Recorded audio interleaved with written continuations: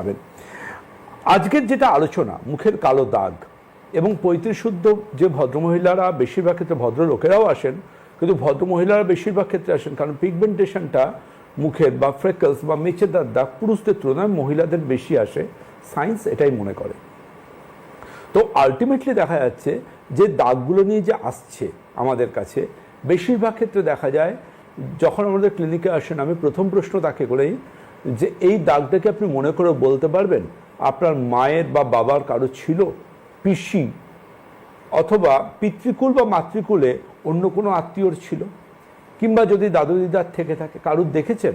বেশিরভাগ ক্ষেত্রে পেশেন্টরা বলেন হ্যাঁ আমার বাবা অথবা মায়ের ছিল, অথবা আমার নিকট আত্মীয়দের মধ্যে কারুর ছিল। এবং জেনে রাখবেন, আমি আয়ুর্বেদাচার্য ডাক্তার দেবব্রত সেন বলছি, বেশিরভাগ অ্যাবাভ 50% মুখের কালো দাগের অন্যতম কারণ কিন্তু জেনেটিক্স, বংশগত। মুখের কালো দাগ পেলেই মানুষ বলেন এটা মাখুন, ওটা মাখুন, সেটা মাখুন, কিন্তু এটা তারা জানেন না বা বলেন না বা নিজেরাও জানেন না অ্যাবাভ 50% মুখের কালো দাগের কারণ জেনেটিক্স। একটা মানুষের রক্ত কি করে আপনি বদলে দেবেন দুটো ক্রিম মেখে? Point to be noted. আপনি একটা ক্রিম মাখবেন আর মানুষের জেনেটিক ডিজিজ বদলে যাবে? এগুলো এখনো পর্যন্ত হয় কিছু মধ্যপ্রাচ্যের দেশে এবং আমাদের ভারতবর্ষের মতো তৃতীয় বিশ্বের দেশে। এবং বলতে দ্বিধা নেই যে মানুষ আজকে তার হাতের ফোনেও গুগল করলে জানতে পারবেন মুখে কালো দাগের অন্যতম কারণ কি, কিন্তু সেটুকুও তারা করেন না। তারা দোকানে গিয়ে একজন সেলস গার্ল দাঁড়িয়ে থাকেন, তার ডাক্তারিটা মেনে নেন। পার্লারে যাদের কাজ চুল কাটা, তাদের কাছে গিয়ে বলেন কোনটা মাখলে মুখের স্কিনটা ভালো হবে, কিংবা সোকল্ড কাউকে দেখে তার 4টে প্রোডাক্ট নিয়ে কেউ এসছেন মানে তারটা নিয়ে ব্যবহার করতে শুরু করে দেন। তার এডুকেশনাল ব্যাকগ্রাউন্ড তারা কিন্তু দেখেন না। এই জায়গাটা খুব ইম্পর্ট্যান্ট। আমরা বলি প্রোডাক্টের লেবেলটা নয়, লেবেলটা কত সুন্দর দেখবেন না, দেখবেন প্রোডাক্টটা যিনি তৈরি করছেন তার এডুকেশন কোন জায়গায়, তিনি এটা নিয়ে কতটা পড়াশুনো করেছেন।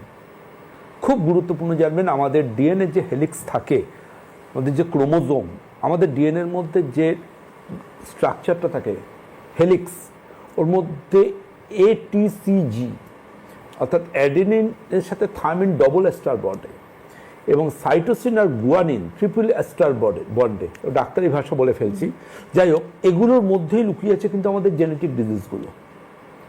এই জেনেটিক ডিজিজ যেমন জেনে রাখুন colour blindness, albinism, down syndrome, এটাও হতে পারে। দেখবেন কিছুদিন আগে একটা বাচ্চাকে দেখা যাচ্ছিল যে পুরী মন্দিরের সামনে খুব খঞ্জনি বাজাচ্ছে, তো তার ব্যাকগ্রাউন্ড চেক করে দেখা গেল তার ডাউন সিনড্রোমে আক্রান্ত, মঙ্গলয়েড ফেস। এবার মানুষ তো হুজুগ, কোনো একটা পেলেই সঙ্গে সঙ্গে এক কনক্লুশনে পৌঁছে চলে যান। তো আর গণেশের দুধ খাওয়ার মতো আর কি ব্যাপারটা। তো আলটিমেটলি দেখা যাচ্ছে সেটা হচ্ছে যে আপনাকে লজিক্যালি ভাবতে হবে যে আপনার জেনেটিক্স অসুখ, জেনেটিক ডিজিজ যদি থাকে সেটা কিন্তু নিয়ন্ত্রণে রাখার চেষ্টা হবে। ওটা কিন্তু কোনো ক্রিম মেখে পুরোপুরি ঠিক হয়ে যাবে না। খাবার ওষুধটা খুব ইম্পর্ট্যান্ট। আচ্ছা, আমরা তার জন্য কিন্তু ব্লাডের ডিটক্সিফিকেশন এবং ব্লাড পিউরিফিকেশনের মেডিসিন পিগমেন্টেশনের পেশেন্টদের খাবার ওষুধ হিসেবে দিই।